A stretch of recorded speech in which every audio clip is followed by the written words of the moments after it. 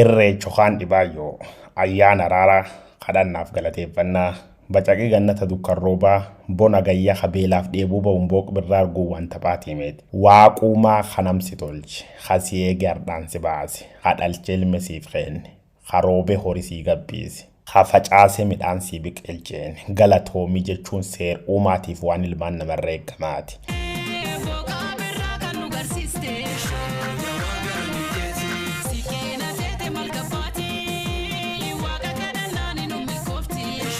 Maarre ayyaanni galata kafaranjiin afaan ofiitiin taankis giiving jechuun yaamtu kun Oromoota bira waggoottan kumsadii oliif kutawaan Oromiyaa gargara keessa kabajamaa ture hayyooti seenaa ragabaa'u. Oromoon naannoo Labula Gabbaayyaa jiraatti malka Abbaayyaatti hagiddu galees biyyattii immoo hora Harsaadiitiif hora Finfinneetti akkasumas Oromoon kibba kanneen akka Booranaaf Gujii dhibaayyuu jechuun malkaalee akka akkaatiif tula bishaanii fa'aa tayyaan kan jaarredduuf kabajachaa turu isaanii dubbata.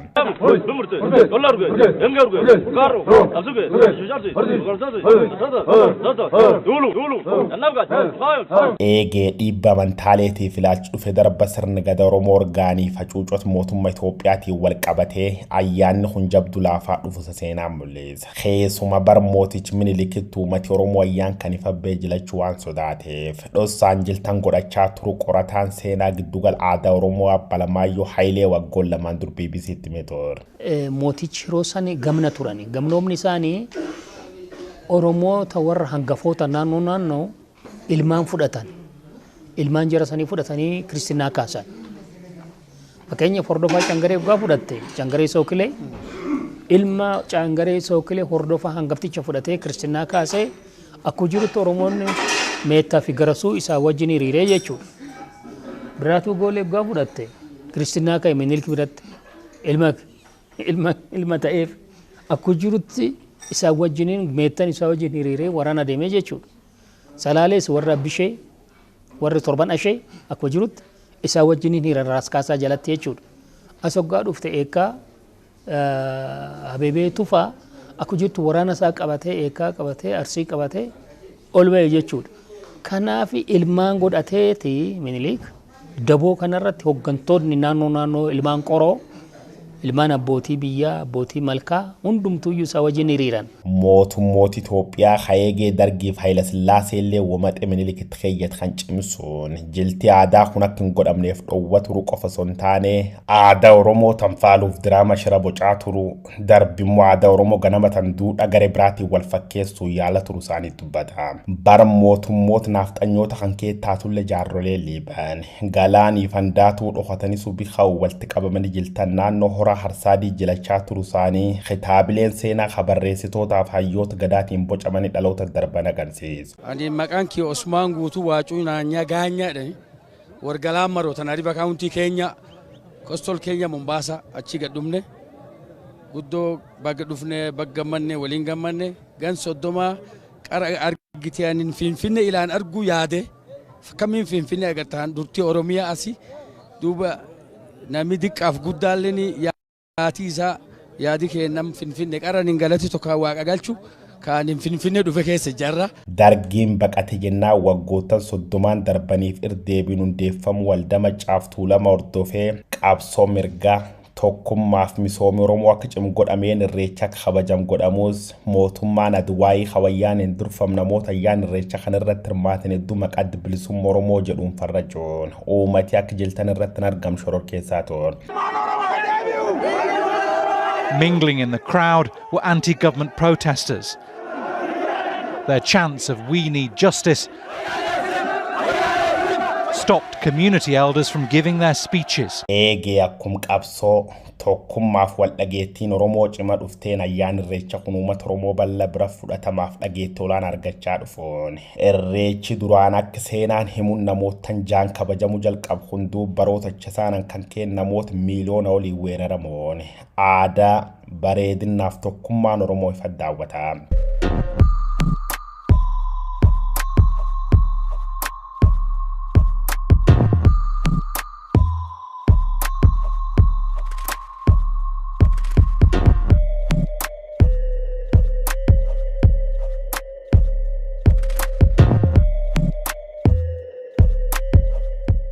barkum lamaaf kudhan ijaarratti argamna. OPDOf wayyaaniin qabsoo fincil didda garbummaa Oromootiin waan jaanjoftu fakkaatti. Mooyyalee hanga Walloo cinaaksanii hangi beegii dhakaan simpirruun mishingaa weerar fakkaatti. Hara cufuun hojii qeerrooti. Barattooti manneen barnoota sadarkaa lammeessoo hanga yuunivarsiitiitti hiriiriyaamu. Fuulli miidiyaalee hawaasa qabsoo Oromoo lallaab. Namooti miiliyoona hedduun lakkaa'aman ora harsadii bishooftuu walitti dhufan.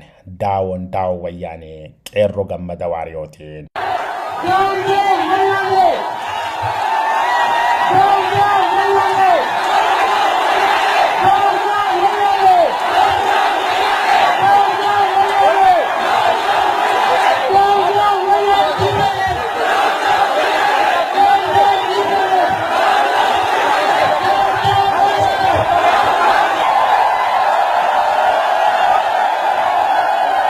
Saati muraasaan duub lafti iyyannaa weeraraamte. Loltooti mootummaa dhukaas bananii namni wal ergugachuun allayyaduuti. Aawwaniif ijoollee jaarsaaf jaartii diqqaaf guddaan aduunaf namooti lakkoobsaan 500 caalan lafaadaaf seenaa qayeduudha Oromoota ora arsaadii irraddu'aaf jilbiifatan. Breaking news. Stampede in Oromia. Hundreds died in Thanksgiving Day. Midiyaaleen addunyaa walirra fuudhanii afarsan. BBC ni waaca. Al Jazeera ni iyyisiisa. Midiyaaleen akkan jedhani gabaasaa turan. A festival has ended in bloodshed in Ethiopia. Dozens of people have been killed in a stampede after police confronted ethnic Oromo protesters. People in the crowd held up crossed wrists, a popular gesture of dissent before the stampede happened. Wagga sadiin bood qabsoo jaba godhamee wayyaaneen baqaatti. OPDO'n immoo nuumati waliin jirjechuun goga jijjiirratte qulqulloo fakkaatti. Dhiifama bilisummaaf araarama 2019.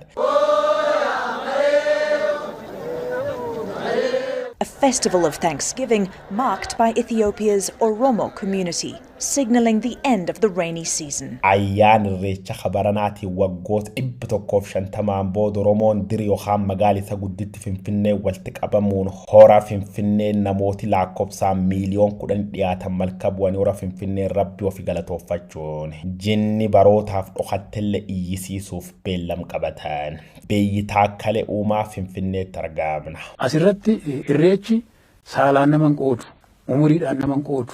Jaarsi jaartiin irreeffataa, dargaggeessa irreeffataa, daa'imni xinnoon sadaqteen irreeffatti, waaqa roobee midhaan nuu kenne, waaqa roobee bishaan taliila nuu kenne, qaamni galateeffachuu barbaadu, amantii fedhellee yoo hordofe, yoo dhufee galateeffate. Maaliif namni bishaan hin dhugne hin jiru, namni midhaan hin nyaanne hin jiru, namni biqiltuutti fayyadamne hin jiru. Oromoo waaqa kana biqilchite, waaqa daraaraa kana nuu kennite. Waaqa bishaan taliila kana nuu kennite siyaa galatu jedha malee waan biraa waan jedhu qabu. Ayyaanni barana baay'ee. This year's holiday is very exciting. This year gave me more happiness. It's always amazing to be here. Akkuma jedhe san godhe. Ayyaani gaarii baay'ee gaarii ture. The holiday was fantastic. Everybody I know is here. They came from all sides of the Oromia region. It's all fun. Hundeeffam Empire Itoophiyaatiin dur lafaadaaf seenaa qaay Oromoo ganama taayilmaa maccaaf tuulama sirna gadaatti gaggeeffatan ta'uusii seenaan dhokate ture duun maxxanfamuun karaa kitaabilee barruuleetiif gaazixaatiin ba'eeqaale. Birbir Sagooroo, Caffe Aananii, Caffe Araaraa, Harri Qaalluu, Boole Bulbula, Hara Qoree, Makkanniisa. Dooq booraaf carcarfaan cufdheetisii ganama keessa muraas turan. Tufamunaa, Soraloomee, Abeebe tufaatiif namooti hedduun bulchiis Finfinnee bar turanii weerar sirnaaf xanyootaatiin raggodhamu ofirra qolachuun lafa ofiitiif duultee duulchisuu warraalleen dhagaa. Minilik Abbaa Gadaa Tufamunaa afaan qawweetiin akkuma injifate. Oromoota abbichuuf galaan qubatan ajjeesuu harka harma ciqilee muruun lafirra buqqisuun boolladha. Kanaaf duub ilmaan Oromoo maccaaf tuulama tullit Oromiyaa hanga Wallaggaa baqachuun kibbaan immoo Booran Meeggaa giddu lola bal'inaan qubachuu isaanii dookumantarii bar 2019 keessa hojjenneen Oromoo daawwachiifne ture.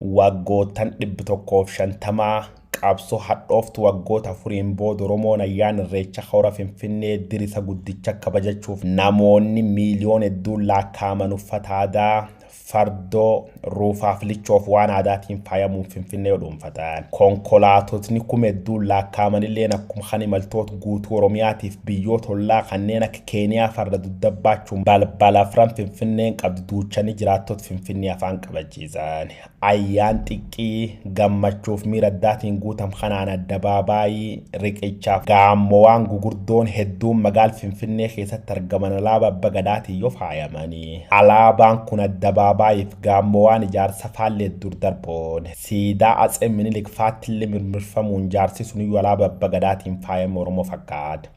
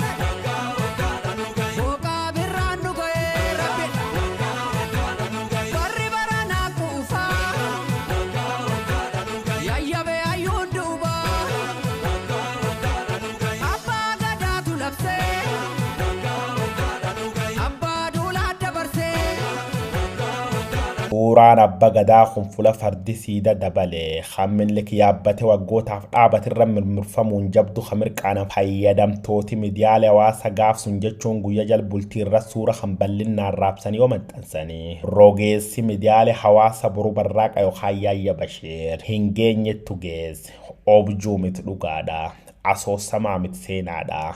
Dhuga kanaaltee yookaan mormattee sayyongeetu marfamte jirtu harka kennadhi jechuun Minilik qoos jilti irreechura Finfinnee kun ammaanachi qa'ee Oromoota taganamaatti akka kabajamtuuf lafarda jila dheedi doloollo buddeenaa dabarsa abbootii gadaatiif kakeen kantiibaa magaala Finfinnee kagaafas injinar Taakkalee Uumaa erga gorsu walalootiin fuul miidiyaa hawaasarra qoreen akkan jedhe nuti gasso jaalala qonnee tullu jibba buqqifnaa imaan abbootii fuunee duudha keenya guddifnaa. Addunyaan ilaaltu akka itti seenaan cinne xiqqaaf guddaan keessanuu hoota hora Finfinnee jechuun keessummooti isa yoo simatu balaa konkolaataa haguyya jalqaba uumamteen jabdu Sudaan itti hadhagaamtirra hooteen Oromiyaa miidiyaa neetwork duraanii Jawaar Mahammad dhiiroti yalaanu moofa jechuun erga gabaabdu jechoo sadiin caallu hordoftoota isa miiliyoon lama dhiyaatanii furguggeessuun midhaagin gorsaaf abba duula jiltana ta'uun Oromoollee gammachiis jilbanii sayyaan irreecha addabaabaayii masqalaa godhamtirra jechoo jajjaba dubbachuu warqaaba kawaccisiis pirezidaantii mootummaa naannoo Oromiyaa Shimallis Abdiisaa qarreef qeerroo qabsoo Oromoo tanaaf aarsa kaffalan yaadachuuf yookaan galateeffachuuf siidaa yaadannoof galata yeroo dhiyoo mootummaa naannoo Oromiyaatiin ni ijaaram jechuun waada seen. Bara gaaffin uummata Oromoo gurguddaan itti deebi'an bara injifannoo Oromoo ilmaan abbaa gadaa tokkummaadhaan gaaffilee uummata Oromoo deebisuudhaaf halkanii guyyaa hojjetamaa jira. Gaaffileen uummata Oromoo waggaa dheeraa harkifatan barana hin deebi'u gaaffilee haaraa jalqabbii haaraa bu'uura haaraa bara kana hin keenyaa in injifannoo keenya homtuu dubatti hin deebisu waaqayyo sinaa ulfeessu galatooma baay'ee sin jaaladha baay'ee sin kabaja. Yeroo jalqabaatiif erga bagnagaan geettanii masaara mootummaa kiiloo 4 irra afaan Oromootiin barreessuun fakkeessu eeggal muummichi ministeera Itoophiyaa Abiy Ahmad immoo erga gammachuu fakkaata waraqat fuul jaa'u baasteen akka jaba sabballa kan faarsuu waliin jirraa yoo jedhu jil uummati miiliyoona 10 caala irratti hirmaachuun foolleen lakkoofsaan 20 dhiyaatti nageenya uummata tiksuun humni nageenya mootummaatiif iyyuu barumsa guddaa taate kanaan miidiyaaleen gurguddoo qaban kanneen akka BBC Jazeeraan faalleen jabeenyaaf guddin Oromoo akka jaba dinqisiifachuun addunyaatti maan. The main part of this year's event, however, ended according to its name.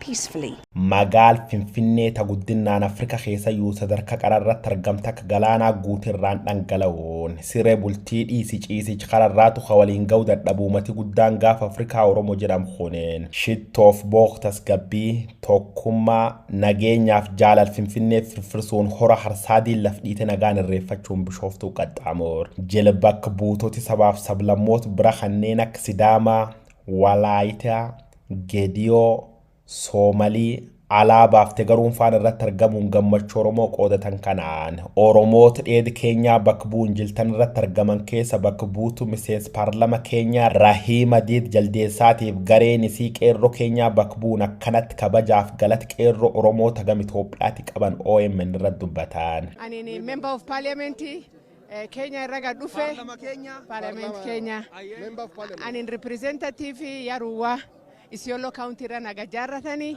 anileni warra wajumbota ka hori qenca ka beta war Oromo cufa it secretary general ani namantan warra iti gammachu tana warra walin gadumne ani zabdu gammachu qaba ka arra Oromo na kawalta gabbate tokkummaani jilkeen kana akan irra gammanne akmale allen gammachu qaba maqaan kiyyin an Dr. Abdullahi Dima Jilo edani ani ni waso dhufe Isiolo County Kenya arma dhufe Kenya gadumne akana wanni nu qabnu galat waaqa galchuu malle kaar Oromooni fula jichufaatu wal barbaade qoommi tan rabbiin guddaan kenneefi qoommin tu rabbi irra dhuftu malee namni irra dhufu dandeettu waan arnu agar kan ka durii siin dhabdi gadargatte ammallee wanni Oromoo jiranillee tokkuma addunyaa keessa illee Oromoo waaqi waan cufya kenneefi wanni siin dhabdin jirtu qeenci kenneefi laf kenneefi laf dansa kenneefi wanni siin durii dhabdeellee tokkuma Oromia Media Network yookaan OMN if gaazexeessitooti isaallee yeroo jalqabaatiif akkasumallee yeroo dhumaatiif irreecha Oromoo kan kallattiin tamsaasan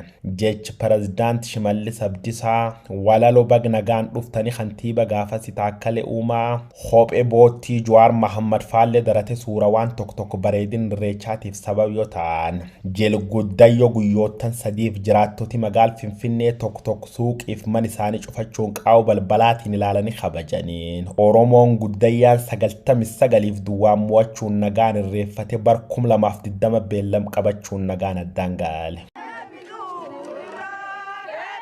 Thousands of Ethiopians had gathered for an annual religious festival in a town about 40 kilometers south of the Ethiopian capital.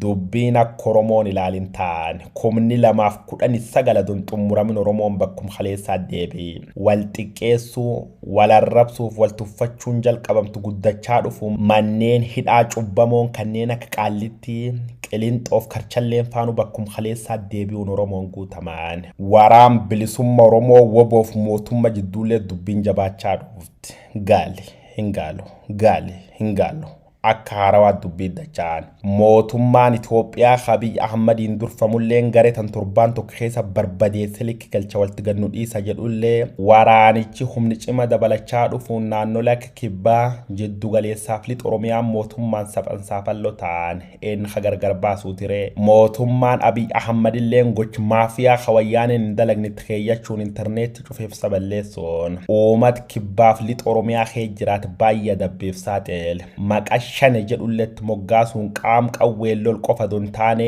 warri garee tanaa waltidhat qabdan jedhuun cuuf dhabamsiisuun akka bineensaatti jeessu dabalate fuuluumata dura dargaggoo ganna 17 rashanuun Oromoo dheekkamsiise dargaggootimmoo kumaatamaan guuramanii manidhaa qubsiifaman baay'een halkan baafamuun rashanaman hacarraa lubbuu oolchitimmoo dheettee boson seenuun nu miseensi loltuu waraan bilisummaa Oromooti jedhe haal kanaa waraanni jabaateet fufoon waggoottan sadeen bilxiginaa darban dacheen Oromiyaa dhiigaan laaqamuun jireenyu mataalleen qisaasan irreechi bar 2019 namoota miiliyoona 10 oliin kabajam 2020 tukkura dhukkub coronavirus da'oo godhachuun cubbuu hojjetu mootummaan bilxiginaa Oromoon akka waltiin qabamne jechuun murteeffate sabni guddaan gaafa Afrikaa Oromoon qulqullichi Itoophiyaaf Keeniyaa dabalate naannowaan Afrikaa hedduu qubat boo'ee rabbitti yachuun abbisiinii afaan qolcha biyyiti Abiy Ahmad gar waraanaatti The men with guns are bringing starvation once again to Ethiopia.